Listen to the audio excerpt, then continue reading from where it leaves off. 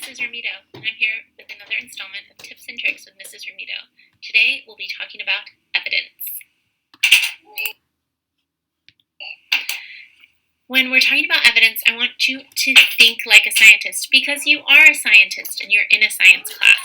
So when you're thinking like a scientist, you're going to use data and you're going to cite your data.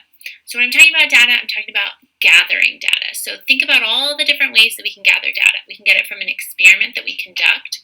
We can get it from data tables where somebody else has conducted an experiment.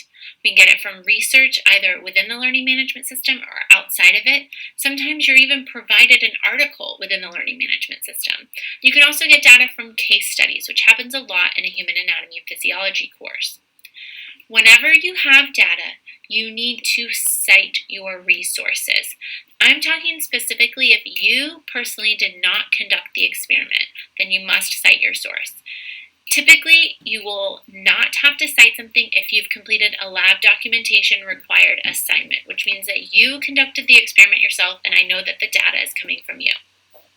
So to cite your source, you need to use appropriate resources, specifically trying out your APA styling. You can find that in the resources link. I'll include the lab documentation links as well as the resources for citations below so that you can properly cite your sources.